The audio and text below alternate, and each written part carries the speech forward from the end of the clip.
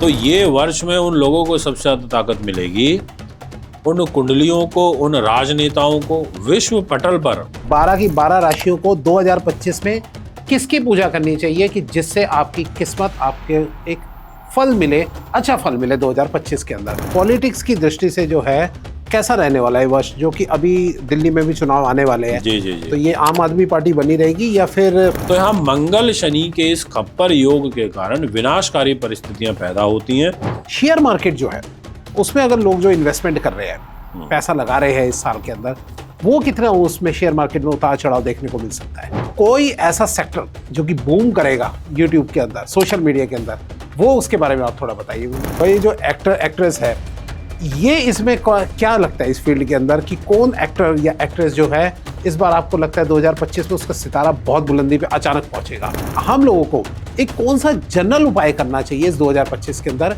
कि जो कि बेस्ट हो? जैसे ही 2025 की तरफ हम आगमन करें तो ऐसे उपाय के साथ करें कि हमारा पूरा साल बहुत अच्छा जाए।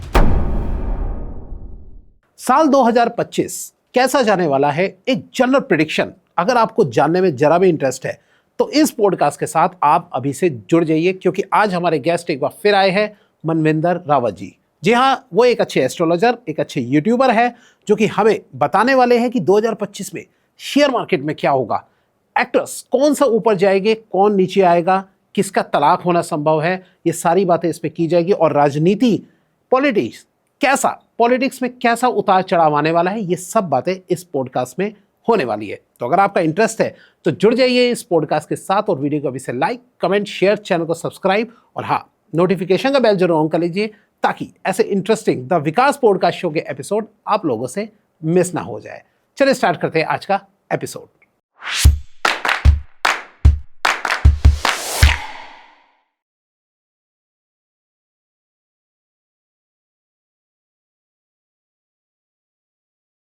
तो आज मैं अपने गेस्ट की इंफॉर्मेशन आपको दे ही चुका हूं, तो सीधा अपने गेस्ट से मिलते हैं और जानते हैं 2025 की बड़ी बड़ी भविष्यवाणी। नमस्कार सर।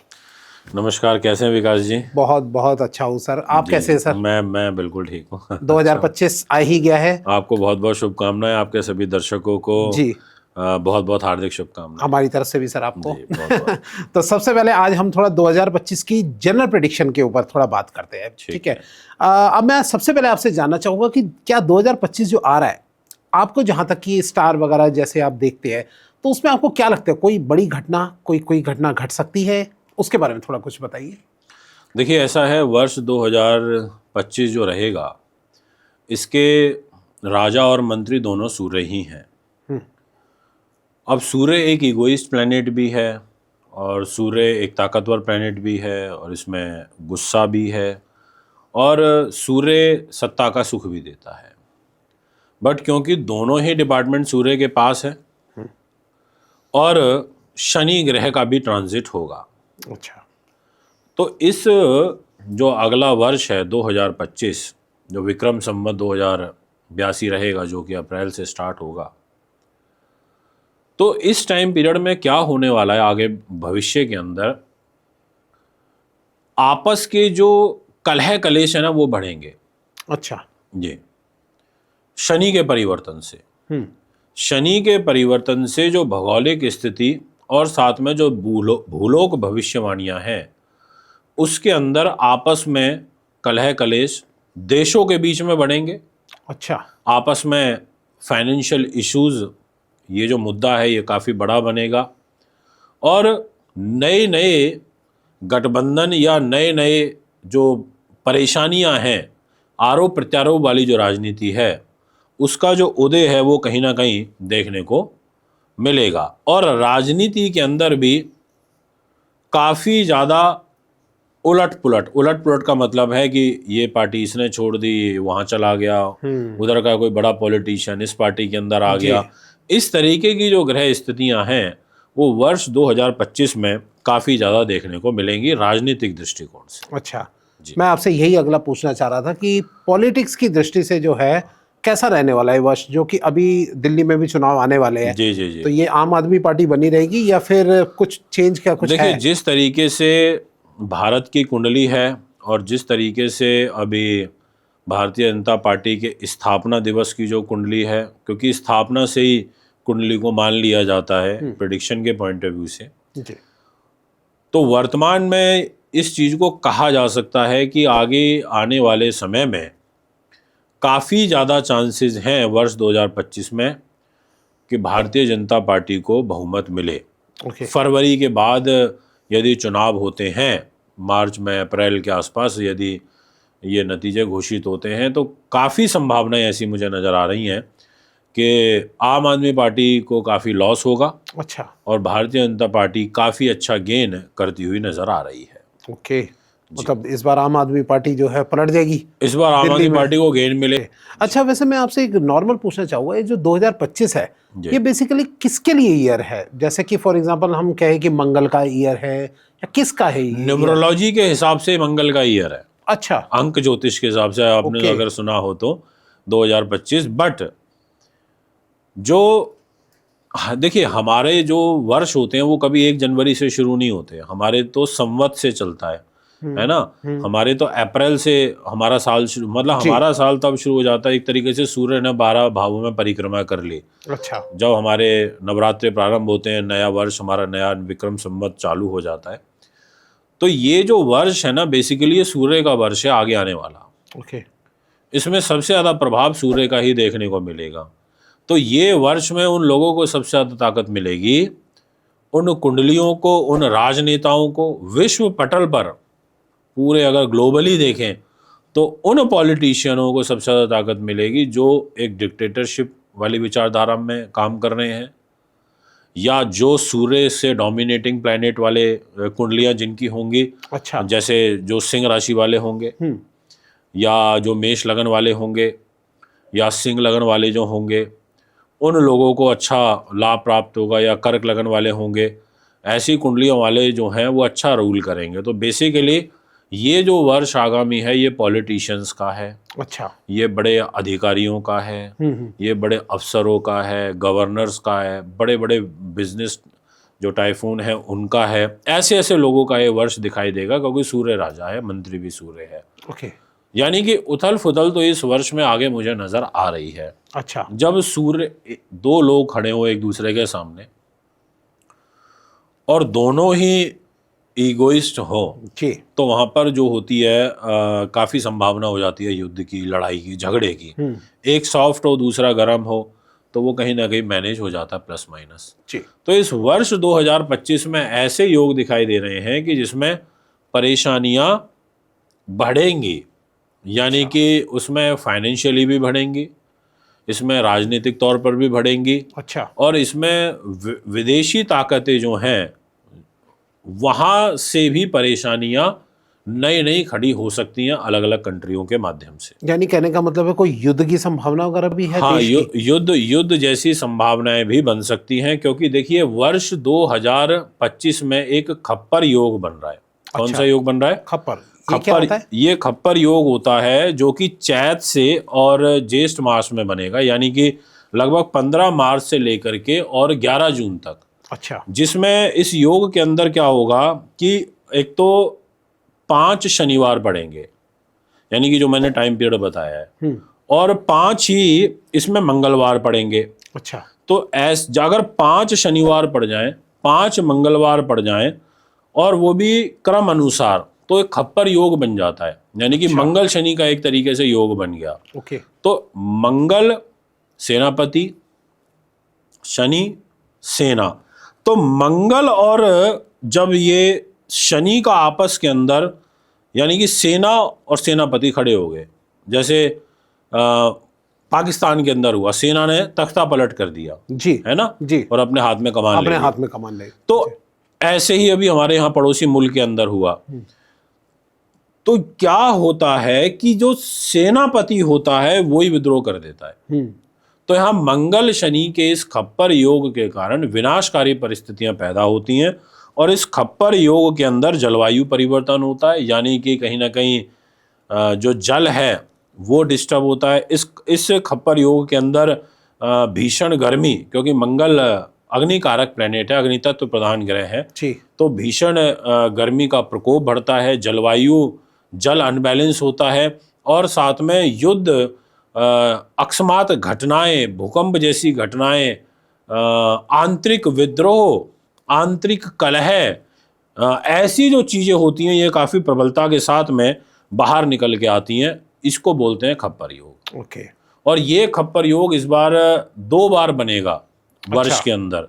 एक तो जो मैंने भी आपको समय बताया उस समय बन रहा है, फिर एक ये 11 जुलाई से लेके और 7 अक्टूबर के बीच में बनेगा, और एक ये 15 मार्च से 11 जून, यानी कि ये जो टाइम पीरियड रहेगा, इस टाइम पीरियड में ग्लोबली सभी को काफ़ी ध्यान रख के चलना पड़ेगा। ओके, मतलब खतरनाक साल है ये। हाँ, मतलब हाँ, देखिए जिस महीने में हमारे हिंदी मास के अनुसार अगर 5 मंगलवार पड़ जाएं, 5 शनिवार पड़ जाएं, तो वहाँ काफ़ी दिक्कतें आती हैं। ऐसा 2020 में भी हुआ था, अच्छा। ऐसा 2021 में भी एक बार हुआ था। कोविड जैसा इतना बड़ा प्रकोप, बीमारी बाहर निकल के आई, तो ये सब चीज़ें हैं, इनके प्रभाव हैं, तो उसमें फिर हमारे को ध्यान ही रखना पड़ता है। तो कोविड का कोई वार तो नहीं हो सकता दोबारा से कहीं कुछ? नहीं नहीं नहीं, ऐसा अच्छा। इस तरीके से तो नहीं, कोविड जैसी बीमारी का तो नहीं, पर हाँ ये जरूर है कि कष्ट बढ़ेंगे, परेशानियां बढ़ेंगी। अच्छा, ठीक है।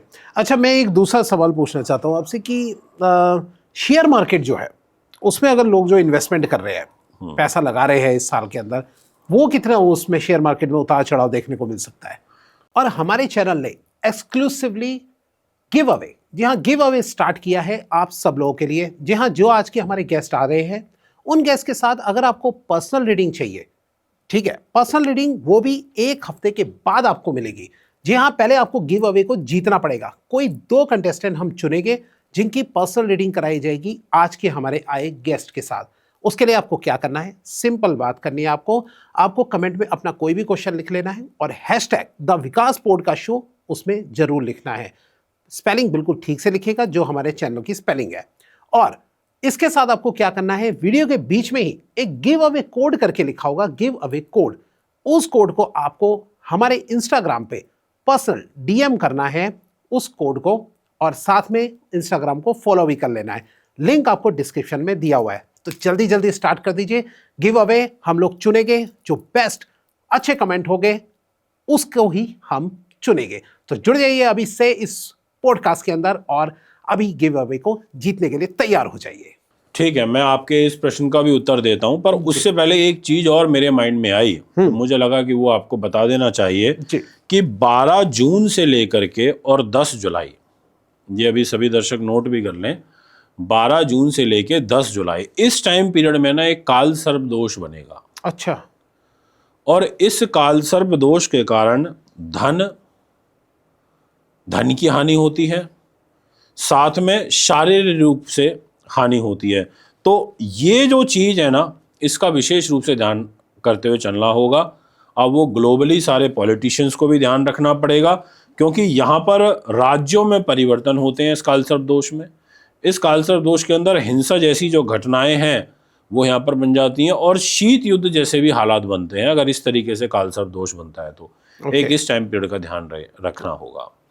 रही आपने जो भी प्रश्न किया शेयर मार्केट का, कि शेयर मार्केट का कैसा हाल रहेगा जी, तो मैं ये कहना चाहता हूं कि जब देवगुरु बृहस्पति का राशि परिवर्तन होगा अगले वर्ष, उसके बाद शेयर मार्केट के अंदर उछाल देखने को मिलेंगे।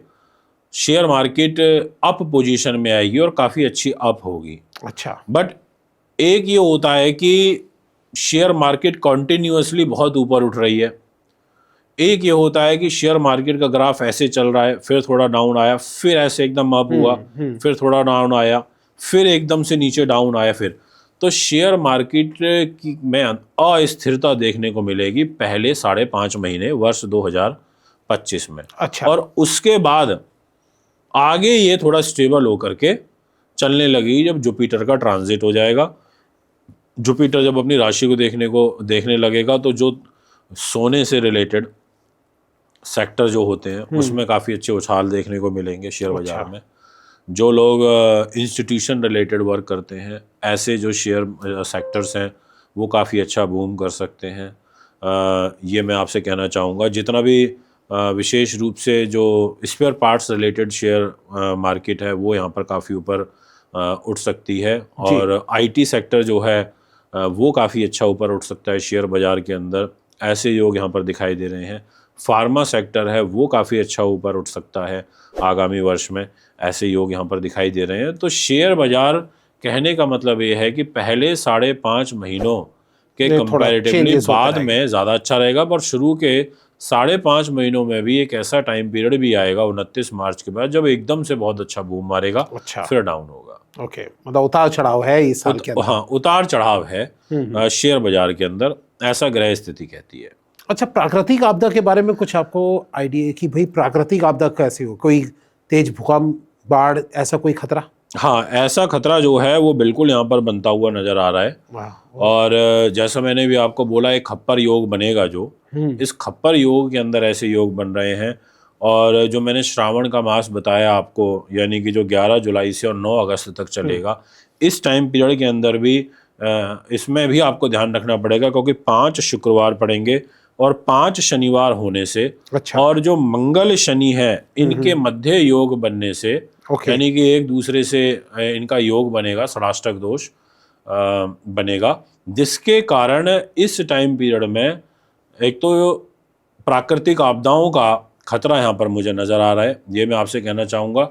और विशेष रूप से मैं ये बोलूँगा कि जितने भी मीन राशि वाले जातक हैं वो लोग अपना ध्यान रखें। इन 3 तारीखों में, जो मैंने भी आपको एक कालसर्प दोष वाली बताई, एक खप्पर योग वाली बताई, एक मैंने पुनः खप्पर योग वाली भी तारीख बताई, जी। और जो मैंने अभी लास्ट में आपको श्रावण मास की एक तारीख बताई। जी। इस टाइम पीरियड में इन 4 तारीखों में मीन राशि वालों को ध्यान रखना है, कुंभ राशि वालों को ध्यान रखना है, सिंह राशि वालों को ध्यान रखना है, और धनु राशि वालों को ध्यान रखना है। इन 4 राशि वालों को बहुत केयरफुली चलने की आवश्यकता है, ये मैं आपसे कहना चाहूँगा। ओके, अब थोड़ी सी बहुत ही खतरनाक खबरें सुन ली है। अब थोड़ा सा खुशखबरी वाली भी सुन लेते हैं। यूट्यूबर्स जो यूट्यूब पे वीडियोस वगैरह बना रहे हैं, हम लोग भी पॉडकास्ट बनाते हैं, तो कोई ऐसा सेक्टर जो कि बूम करेगा यूट्यूब के अंदर, सोशल मीडिया के अंदर, वो उसके बारे में आप थोड़ा बताइए मुझे। वो सबसे ज़्यादा 2 सेक्टर करेंगे। एक तो वो करेगा जो क्रिएटिविटी से रिलेटेड, जो लोग यूट्यूबर हैं जो अपना कंटेंट क्रिएट करते हैं, उन लोगों को बड़ा अच्छा एडवांटेज मिलने वाला है। यानी कि कुछ वो आर्ट का को बनाते हैं, आर्ट की प्रियदर्शनी करते हैं, या कोई यूनिक सी चीज़ उन्होंने क्रिएट करी जो आपको लगा यार ये तो बड़ी अच्छी चीज़ है, इसकी तो बारे में तो मालूम ही नहीं था। ऐसी कुछ चीज़ है, जैसे वो एक मतलब कोई क्राफ्ट वाला इन्वेंशन नहीं कर आता, देना एक तरीके से। हाँ, एक तरीके से कोई चीज़ नई दिखाना, एक नई चीज़ लेकर के आना। जो लोग ऐसे काम करते हैं, टेक्नोलॉजी रिलेटेड, इन्वेंशन से रिलेटेड जो यूट्यूबर्स हैं, उन वो लोग, और साथ में जो लोग आर्ट में काम करते हैं, विशेष रूप से मतलब हंसी मजाक वाला टाइप का, ऐसी चीज़ें, क्योंकि मिथुन राशि में गुरु आएंगे तो उन ऐसे यूट्यूबर्स को काफ़ी अच्छा लाभ मिलेगा। और जो ब्लॉगर्स हैं, जो ब्लॉगिंग टाइप करते हैं, उन लोगों का आप देखेंगे थोड़ा ग्राफ गिरेगा। अच्छा, उनका गिरेगा। हाँ। और ये हमारे पॉडकास्टों का क्या होगा? नहीं, पॉडकास्ट जो हैं वो अच्छे रहेंगे, और पॉडकास्ट में भी, क्योंकि धनु राशि पर खुद गुरु की दृष्टि आएगी जी, पॉडकास्ट भी वो सबसे ज़्यादा उठेंगे जो केवल और केवल ज्ञान से रिलेटेड है, जी, आध्यात्म से। बहुत सारे स्पिरिचुअल पॉडकास्ट हैं, जैसे आपका पॉडकास्ट है वो धर्म से, साहित्य से, ज्योतिष से, ऐसी चीज़ों से जुड़ा हुआ है। तो ऐसे लोगों के पॉडकास्ट काफ़ी अच्छे गेन भविष्य में करते हुए नजर आ रहे हैं। और उसमें भी जी, अगर धनु राशि वाले पॉडकास्ट चला रहे हैं, मीन राशि वाला कोई ओनर है पॉडकास्ट चलाने वाला, तो उनका पॉडकास्ट तो बहुत ऊंचाइयों पे जाएगा। वृषभ का क्या होगा? नहीं, वृषभ तो दैत्य गुरु शुक्र की ही है। ओके, वो भी तो गुरु की ही है। तो उन्होंने दैत्यों को शिक्षा दी, तो गुरु ने, देव गुरु बृहस्पति इसलिए बोला कि उन्होंने गुरुओं को इनको दी थी, देवताओं को। जी जी जी, तो हम भी आगे बढ़ेंगे मिलके। हाँ। अच्छा, मैं अब आपसे थोड़ा सा ये जानना चाहूँगा, आप क्या मूवीज टीवी देखते हैं कुछ या नहीं? इंटरेस्ट है? मैं कम देखता हूँ, मैं ज़्यादा न्यूज़ देखता हूँ, और मैं ज़्यादा आध्यात्मिक रिलेटेड चीज़ें देखता हूँ। अच्छा, मूवीज वगैरह का ज़्यादा शौक नहीं है? मूवीज़ का ज़्यादा शौक। एक्टर वगैरह कोई फेवरेट? एक्टर फेवरेट तो ऐसे तो इस तरीके से कभी नहीं ध्यान दिया कि कौन सा एक्टर फेवरेट है, या इस तरीके से कभी मैंने फिर जिसकी आप मूवी देखना पसंद करते हो, कोई ऐसा कभी? मैं विशेष रूप से वो एक है ना, मनोज वाजपेयी। अच्छा, हाँ, उनकी बहुत मूवी अच्छे देखना actor हैं। अच्छा मुझे लगता है। मुझे उनकी जो आर्ट है वो नेचुरल लगती है, हाँ, और नेचुरल चीज़ हमेशा नेचुरल ही होती है। सही कह रहे हैं आप। जी। अच्छा, अब मैं फिर इसी से रिलेटेड आपसे पूछना जी। चाहूँगा, ये जो एक्टर एक्ट्रेस है, ये इसमें क्या लगता है इस फील्ड के अंदर कि कौन एक्टर या एक्ट्रेस जो है इस बार आपको लगता है 2025 में उसका सितारा बहुत बुलंदी पे अचानक पहुंचेगा? आपको कौन सा लगता है? देखिए, मैं राशियों का नाम बताता हूँ कि कौन सी राशि वाले एक्टर एक्ट्रेस काफ़ी अच्छा बूम वर्ष 2025 में कर सकते हैं। जी। एक तो मेष राशि वाले। अच्छा। मेष राशि वालों के अंदर आर्ट की तो कमी नहीं है, पर उनकी आर्ट अभी पिछले 2 सालों से उतनी अच्छी नहीं निकल के आ पाई। ओके। या उन्होंने काम किया, बहुत सारे फिल्म इंडस्ट्री से जुड़े लोग हमारे पास आते हैं, बट उनको काम का प्रॉपर फल नहीं मिल पाया, अच्छा। रिजल्ट नहीं मिल पाया। और वो क्यों नहीं मिल पाया वो हम समझ भी रहे हैं। तो मेष राशि वाले जो एकदम से दबे हुए थे वो खुल के बाहर निकल के आएंगे, ओके। ये मैं आपसे कहता हूँ। और निश्चित तौर पर निकल के आएंगे। बहुत से लोग ये बोलेंगे मेष राशि पे तो शनि लग जाएगा। कोई बात नहीं, शनि लग जाएगा तो क्या हो गया, जी। शनि भी न्यायमूर्ति है। शनि का शुक्र का योग बन जाए तो व्यक्ति अच्छी आर्ट में भी चला जाता है। मंगल का साथ में योग बन जाए, व्यक्ति बहुत अच्छा आर्टिस्ट बन जाता है। जी। तो मेष राशि वाले एक तो काफ़ी अच्छे निखर के आएंगे इसमें, ये मैं कहूँगा। दूसरा, यहाँ पर मैं फिर बोलूँगा वृष राशि और तुला राशि। जी। अगर आप ये 2 राशियों से हैं और आप इसी लाइन में हैं, फिल्म लाइन में है, मीडिया लाइन में हैं, तो आप बहुत अच्छे चमक के बाहर निकलेंगे और बहुत अच्छी ख्याति, नाम आपका बढ़ेगा, ऐसा आपकी राशि यहाँ पर कहती है। इसके अलावा जो मकर राशि वाले हैं उनकी जो आर्ट है वो भी बहुत अच्छी निकल के आएगी, इसमें कोई दो राय नहीं। मकर और कुंभ, ये 2 राशि वालों के लिए तो स्पेशली मैं बोलूँगा कि क्योंकि इनके अंदर वैसे भी आर्ट की कमी नहीं होती जी। इनमें इनबिल्ट आर्ट होती है, नेचुरली भी होती है, जी। मतलब सीखने की जरूरत नहीं होती, और ये बहुत अच्छा प्रदर्शन करेंगे। और मकर से भी ज़्यादा कुंभ राशि वाले तो बहुत बेहतरीन परफॉर्म करेंगे। ओके जी। तो हमारे सर जो है वो ज़्यादा फिल्में नहीं देखते, तो ज़्यादा एक्टर्स का नहीं पता, लेकिन हाँ उस राशि के अकॉर्डिंग जो है आप लोग सर्च कर लीजिएगा कि कौन से नाम से कौन से एक्टर बनते हैं जिनकी इस 2025 के अंदर किस्मत चमक सकती है। अच्छा, ये तलाक वगैरह का बड़ा इसमें सुन रहे थे हम कि 2024 के अंदर बहुत एक्टर्स का आपस में तलाक हुआ। हाँ जी। छोटा, क्या लग रहा है कि इस बार 2025 में कुछ इस तरीके का बन रहा है? जैसे अभिषेक और ऐश्वर्या राय का बहुत ज़्यादा बूम हो रही है बात, आपको क्या लगता है? देखो, मैं आपको बताता हूँ, जो ये तलाक वाला भी जो फैक्टर है ना, ये सबसे ज़्यादा किनको परेशान कर रहा है वो मैं आपको बता देता हूँ। जितने भी सिंह राशि वाले हैं, अच्छा, उनको सबसे ज़्यादा मैरिज लाइफ को लेकर परेशानी चल रही है। अब अगर जैसा आपने प्रश्न किया, ऐश्वर्या, अभिषेक, अगर इनकी सिंह राशि हो जी, या इनकी सिंह लगन हो, मैं फिर रिपीट कर रहा हूँ, सिंह लगन या सिंह राशि हो, जी, तो आप ऐसे समझ लो आप 3 महीने और निकाल दो 2025 के शुरू के 3 महीने, उसके बाद आपका तलाक नहीं होगा। अच्छा, वो कट जाएगा, वो फेस निकल जाएगा। अब उसका रीज़न क्या है? रीज़न ये है कि सिंह राशि से शनि पत्नी के घर में है, अच्छा, और सूर्य का दुश्मन है, सिंह राशि का मालिक का लॉर्ड। दोनों की बनती नहीं है, तो पूरी कोशिश कर रहा है पिछले 2 साल से शनि की मैं रिश्ता खराब कर दूं, रिश्ता खराब कर दूं, रिश्ता खराब कर दूं। तो जितने भी सिंह लगन या सिंह राशि वाले हैं उनको वो फिल्म लाइन में है और उनकी पर्सनल लाइफ, मैरिज लाइफ खराब चल रही है, तलाक जैसी सिचुएशन है, तो वो सिचुएशन टल सकती है।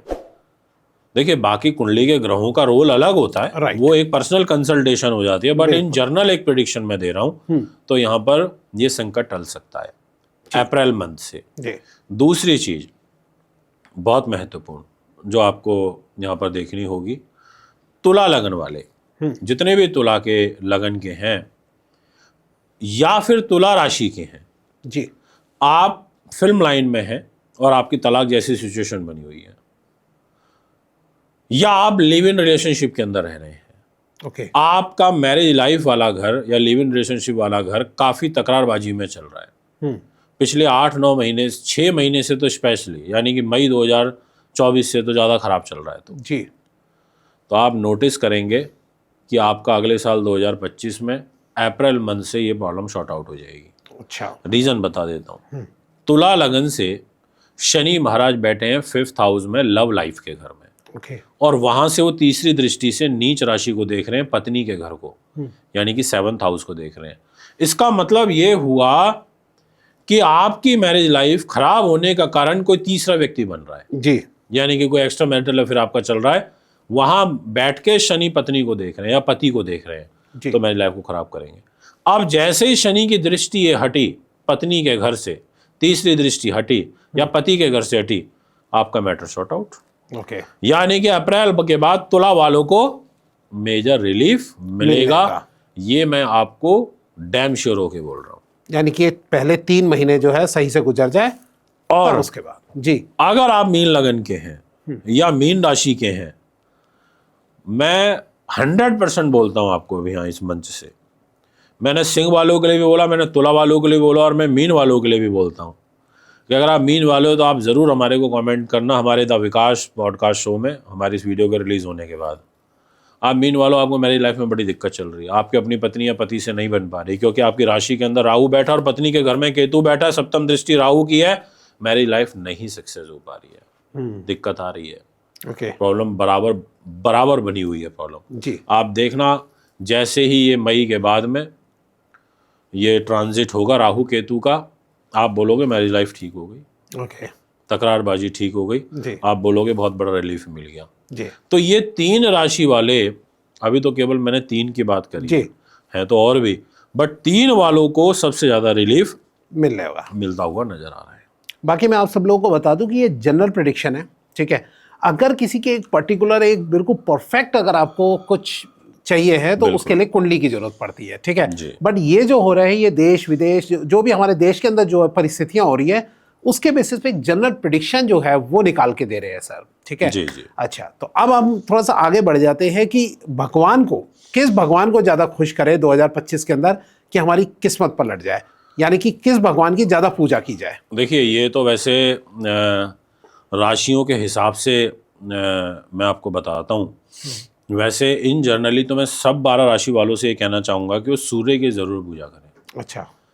देखिए, आप ज़्यादा रोटी खा लो, ज़्यादा एक्सेस में चाय पी लो, ज़्यादा फूड कुछ भी ज़्यादा खा लो तो नुकसान देता है। बिल्कुल। और वर्ष 2025 में सूर्य राजा और मंत्री दोनों की भूमिका में है, तो आपको सूर्य के हाथों जोड़ने पड़ेंगे, आपको पूजा करनी पड़ेगी जी। आपको आदित्य की पूजा करनी पड़ेगी। आप भगवान शिव की पूजा करिए जो सर्वे सर्वा हैं। और इसके अलावा राशियों के हिसाब से मैं कहना चाहूँगा कि अगर आप मेष राशि वाले हैं तो आप सूर्य की पूजा जरूर करिए। ओके। आपके लिए बहुत ज़रूरी है। अगर आप वृष राशि वाले हैं तो आप सूर्य के साथ में बुध ग्रह की पूजा जरूर करिए और साथ में गणेश भगवान की पूजा जरूर करिए। ओके। ये मैं आपसे कहना चाहूँगा। अगर आप मिथुन राशि वाले हैं तो आपको सूर्य की पूजा तो करनी ही है इस वर्ष 2025 में, और साथ साथ में आपको माँ दुर्गा की पूजा करनी है या आपकी कुल देवी जो हैं उनकी पूजा आप ज़रूर करें। अब कोई भी आपकी कुल देवी हो सकती हैं, उनकी पूजा आप करें, माँ दुर्गा की पूजा करें, ये आपके लिए बहुत ज़रूरी है। अगर आप कर्क राशि वाले हैं, कौन सी राशि के हैं? कर्क। अगर आप कर्क राशि के हैं तो आपको हनुमान जी की पूजा के साथ साथ में सूर्य की पूजा करनी है। पहले सूर्य की और फिर सेनापति मंगल की पूजा करनी है।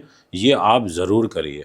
अगर आप सिंह राशि वाले हैं, अगर आप सिंह राशि वाले हैं तो आपको भगवान विष्णु की पूजा वर्ष 2025 में करनी है और साथ में आपको सूर्य की भी पूजा करनी है। ओके। अगर आप कन्या राशि वाले हैं जिसके स्वामी बुध ग्रह होते हैं तो आपको विशेष रूप से भगवान शिव की पूजा करनी है, शनि महाराज की पूजा करनी है और सूर्य की पूजा करनी है। अब कौन सी राशि कहाँ तक हो गया हमारा? सिंह तक। हमारा हो गया कन्या तक हो गया। कन्या तक। अब बात करेंगे तुला राशि के बारे में। अच्छा। अगर आप तुला राशि के हैं तो आपको पूजा करनी चाहिए न्याय मूर्ति कर्मफलदाता की। ओके। आपको पूजा करनी चाहिए गणेश जी की और साथ में सूर्य देव। मैं आपको थोड़ा सा बीच में इंटरप्ट करना चाहूँगा। कहा जाता है कि शनि महाराज जी की जो है वो पूजा नहीं कर सकते, ऐसा कुछ? देखिए, ऐसा कुछ ही नहीं है, ये सब ना बेकार की है। कुछ तो ऐसे भी कहते हैं कि घर में महाभारत नहीं रखनी चाहिए। हाँ जी। ये सब छेड़छाड़ की गई हैं। ओके। ऐसा कुछ नहीं है। पूजा आप करो, आप माला फेरो, आप उनकी प्रतिमा अपने मंदिर में मत रखो। अच्छा, उनकी वैसे पूजा हाँ, आप प्रतिमाएं तो उन्हीं की रखो जो आपके, जो भगवान ईष्ट के रूप में आप जिनको पूज रहे हो, पर आप उसका जाप तो कर सकते हो ना मंदिर में बैठ के। जी जी, अगर आप कोई पूजा भी कराते हो तो वो भी तो मंदिर में ही जाके कराते हो ना, सही बात, किसी धार्मिक स्थल पे ही तो कराते हो। राइट। तो इसीलिए आप मंदिर में बैठ के पूजा करिए, आप उनकी प्रतिमा का ध्यान करके पूजा करिए। ठीक है, अगली राशि बात करते हैं अब तुला राशि की। तुला राशि। तुला राशि वालों को शनि की पूजा जरूर करनी चाहिए और साथ में सूर्य की पूजा करनी चाहिए। ये 2 ग्रहों की जरूर पूजा करें। ओके, वृश्चिक राशि वालों को मैं फिर यही कहना चाहूंगा कि आपको भगवान विष्णु की पूजा करनी है और सूर्य, मतलब सूर्य तो कंपलसरी तो कंपलसरी है सबके लिए, क्योंकि वो संवत के राजा हैं। ओके, ऐसे मकर राशि वालों के लिए मैं ये कहना चाहूंगा कि आपके लिए पूजा करना सबसे जो अच्छा उपयोगी साबित होगा वो गणेश जी की पूजा करना बहुत अच्छा रहेगा आपके लिए, और सूर्य की तो आपको करनी ही है। जी। और कुंभ राशि के जितने भी जातक हैं उनके लिए भी मैं ये कहना चाहूँगा कि आपको विशेष रूप से काल भैरव की पूजा करनी चाहिए और माता रानी की और सूर्य की। और मीन राशि वालों से के लिए मैं ये कहना चाहूँगा कि आपको भगवान शिव की उपासना करनी है विशेष रूप से, और सूर्य की तो करनी ही है। ओके, तो आप इस अनुसार पूजा कर सकते हैं। यानी कि आज आपने देख लिया कि 12 की 12 राशियों को 2025 में किसकी पूजा करनी चाहिए कि जिससे आपकी किस्मत, आपके एक फल मिले, अच्छा फल मिले 2025 के अंदर। चलते चलते मैं आपसे बस एक छोटी बात पूछना चाहूँगा कि हम लोगों को एक कौन सा जनरल उपाय करना चाहिए इस 2025 के अंदर कि जो कि बेस्ट हो, जैसे ही 2025 की तरफ हम आगमन करें तो ऐसे उपाय के साथ करें कि हमारा पूरा साल बहुत अच्छा जाए। ऐसी कोई एक बताइए आप रेमेडी। उससे पहले मैं आपको ये कहना चाहूँगा कि 14 मार्च से लेकर के और 6 मई 2025 तक मीन राशि के अंदर, इस गोचर के अंदर एक चतुर्ग्रही योग बनेगा। अच्छा, और कुछ समय के लिए तो एक पंचग्रही योग भी बनेगा। तो इस टाइम पीरियड में राजनीतिक, चाहे हमारे देश में चाहे विश्व स्तर पर, पटल पर उथल फुथल होगी। अच्छा, तो जितने पॉलिटिशियन इस हमारी इस वीडियो को सुन रहे हैं, अधिकारी सुन रहे हैं, आप लोगों के लिए स्पेशल मैसेज है कि आप थोड़ा सा ध्यान रखिएगा। इस टाइम पीरियड में बहुत सावधानी के साथ आपको काम करना चाहिए। और विशेष रूप से जैसे यूरोप हो गया, रूस हो गया, चीन हो गया, यमन हो गया, सीरिया हो गया, इस तरफ की ये जो कंट्रीज़ हैं इनमें उथल फुथल ज़्यादा हो सकती है। अच्छा, अब रही बात उपाय की। जी, देखिए, आपको नवग्रहों का आह्वान जरूर करना चाहिए। यानी कि ये मैं एक ऐसी चीज बता रहा हूं जो बहुत कम लोग जिसका ध्यान देते हैं, क्योंकि सब कुछ नवग्रह से है, नवग्रह मंडल से है। तो आपको सब ग्रहों का ध्यान करना है। आपको सूर्य, चंद्र, मंगल, बुध, गुरु, शुक्र, शनि, राहु, केतु, सबका नाम लेकर के सबसे ये आह्वान करना है कि हे नवग्रह देवता, आप अपना आशीर्वाद, अपना शुभ कृपा मुझ पर बनाए रखिए। ये आप मतलब रोजाना नृत्य ये चीज आप जरूर बोलिए, आपको बहुत अच्छा लाभ मिलेगा। आप एक बार करके देखिए कि आप सबके हाथ जोड़ लो। ओके, दूसरी चीज आपको विशेष रूप से मैं ये कहना चाहता हूं कि अपने माता पिता और अपने गुरु, मतलब ये वो मैं ना आपको रूट में लेकर के जा रहा हूँ। राइट। हमारी ज्योतिष में भी देवगुरु बृहस्पति को सबसे बड़ा इसीलिए स्थान दिया गया है क्योंकि वो गुरु हैं, वो सबको बैलेंस करते हैं ग्रहों को। अपने गुरु और अपने माता पिता का आशीर्वाद लेने का प्रयास करिए, अपने मोटिव सेट करिए, मन मुटावों को दूर करके उनकी शरण में जाइए। और इसके अलावा आपकी जो राशियां हैं, क्योंकि एक ही उपाय सब पर एप्लीकेबल नहीं हो सकता, राइट, हर राशि के स्वामी के विशेष दिन, अगर मेष राशि है तो मंगल का दिन हो गया, तो मंगल की पूजा आप कुछ भी सेवा करिए, चाहे 5 रुपए की, 10 रुपए की, आप ऐसे करिए। ये मैं आपको बहुत सरलतम विधि के अंदर ले गया हूँ। मैं आपको ये नहीं कह रहा कि आप ये इकट्ठा करो, वो इकट्ठा करो, यहाँ ले जाओ, वहाँ बहा दो, कुछ नहीं। मैं सिंपल बोल रहा हूँ, जो आपकी राशि है उस राशि के स्वामी ग्रह के आप हाथ जोड़ लो। बस कंडीशन ये है, अगर आपकी राशि का स्वामी नीच है तो आप उसका जरूर दान करिएगा, फिर तो मोस्ट कंपलसरी हो जाता है। ओके, तो बहुत ही अच्छा लगा, आज आपने सारे उपाय बताए। अच्छा, मैं एक चलते चलते नहीं, थोड़ा सा मेरे डाउट आ रहा था, जो आपने आज बड़ा राजनीति पे बहुत जोर दे रहे थे आप, तो कई लोगों ने, मैंने पॉडकास्ट देख रहा था, कई लोग जो है मोदी जी के लिए बड़ी फोटोज लगा रहे हो, बोल रहे हैं कि इस साल मोदी जी के लिए जो है बड़ा खतरनाक होने वाला है। तो क्या ये सरकार से रिलेटेड कोई बात है? देखिए, अब सबके अपने अपने ओपिनियन हो सकते हैं, पर मुझे ऐसा लगता है कि अभी मोदी जी के लिए फिलहाल तो खतरे वाली घंटी ग्रहों के हिसाब से नहीं नज़र आती। अच्छा।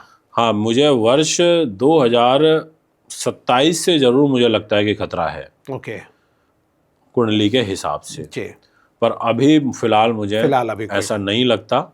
हाँ, ये जरूर है कि राहु कुंभ राशि में आएगा अगले साल, मई जून के बाद में मोदी जी के राजनीति के घर में आ जाएगा। जी। निश्चित तौर पर शत्रु हावी होंगे, परेशान करेंगे, नो डाउट परिस्थितियां थोड़ी विपरीत भी बनेंगी, जी। बट मैं फिर भी इस टाइम को बहुत डेंजरस कैटेगरी में नहीं मानता। ओके वो तब मानता हूँ जब शनि नीच हो जाएगा और उसमें भी टाइम है। ओके, तो चलिए, बहुत ही अच्छा लगा, आज आपने बहुत अच्छी अच्छी इन्फॉर्मेशन दी और जाहिर है आप सब लोगों की भी बहुत हेल्प हुई होगी 2025 की जनरल प्रेडिक्शन के बारे में जानने के लिए कि भाई 2025 में क्या क्या कैसे कैसे रहने वाला है। बहुत बहुत धन्यवाद आपका। और आप वीडियो को अभी से लाइक, कमेंट, शेयर, चैनल को सब्सक्राइब और नोटिफिकेशन का बेल जरूर ऑन कर लीजिए, ताकि ऐसे interesting the Vikas podcast show के एपिसोड आप लोगों से मिस ना हो। बहुत बहुत धन्यवाद सर। नमस्कार। नमस्कार सर।